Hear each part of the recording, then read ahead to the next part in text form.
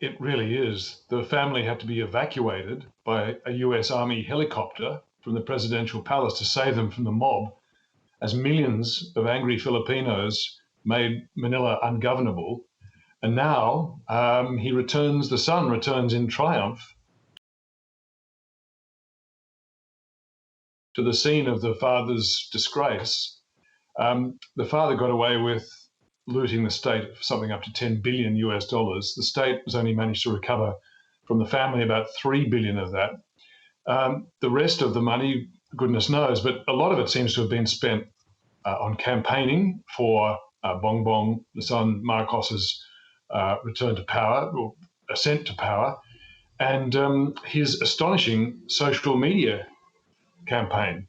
It seems to have combined with other factors to just completely, in the words of Maria Ressa, the Philippines journalist who won the Nobel Prize for her fearless reporting, she said, history has shifted before our eyes as social media was just swamped with this revisionist story of Marcos, who was this horrible looter, abuser of human rights and dictator, has now been rehabilitated to be a great national hero and a victim of elite persecution, and his son brought back. So the combination of flooding social media with a new narrative, the fact that most Filipinos are young, average age is very young in the Philippines, and most don't have any direct memory of those years, and the fact that a fortune has been spent on this rehab job. It's all come together to produce this astonishing outcome. Yes.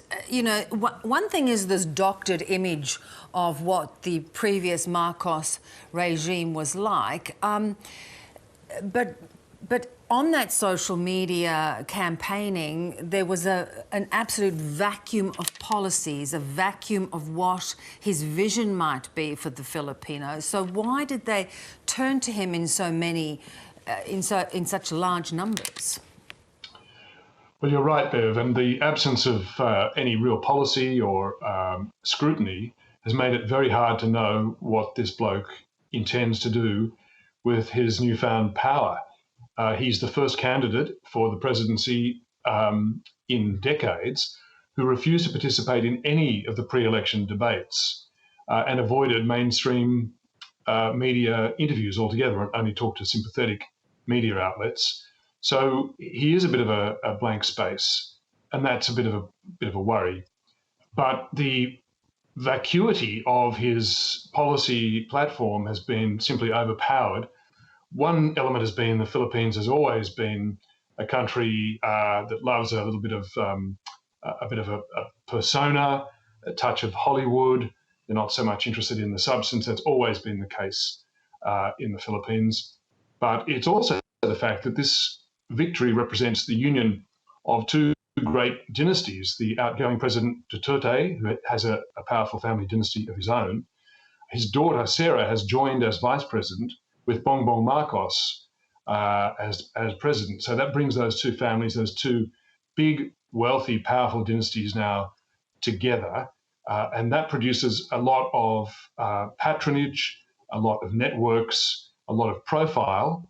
And the West isn't entirely free of dynastic politics itself. One of the funny elements of coverage of this election, Bev, has been the US coverage, which is full of tutting about the loss of democratic mores in the Philippines and overlooking the fact that this bloke's father was a US-backed strongman and dictator, and the fact that the US has some strong dynasties of its own, including the Clintons and Bushes ruling in Washington. So it's not the only country in the world subject to these syndromes, but it is subject to big personality cult, and it is subject to dynastic politics.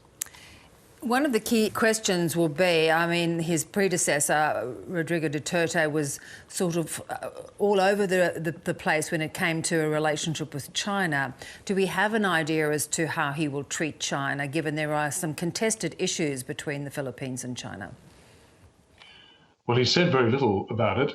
A couple of things he has said. One is that he thinks that the only option for dealing with China is a bilateral negotiation.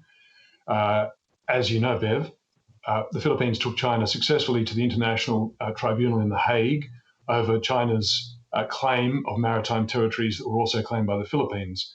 The Philippines won that case. The tribunal found that China had no legal basis to its claim. But Bongbong Marcos has said it's not an arbitration if only one of the parties respects the outcome. Therefore, it's effectively, he said, it's useless. And so the country will be reduced to a bilateral discussion with China. So that's one pretty strong clue. He said that the US relationship is important but could be recalibrated and left that hanging. But a couple of indicators we have in the absence of anything firmer from a more sort of articulated policy. One is we know that he's an Anglophile. He spent time at Oxford, as well as the Wharton Business School in the US, and had his son educated in Britain. We know that he doesn't have a sort of fetish for the other strongman leaders like Putin or Xi Jinping. And these at least are helpful indicators that the guy mightn't be quite as smitten, shall we say, with Xi Jinping or other strongman characters as his predecessor, Duterte. You talk about those two dynasties, though, that have come together with Marcos and Duterte. Are we sure that the same sort of path won't be followed as his father took, that the sort of brutality, the state capture? Oh, absolutely not. All the indications are it will be exactly in that model.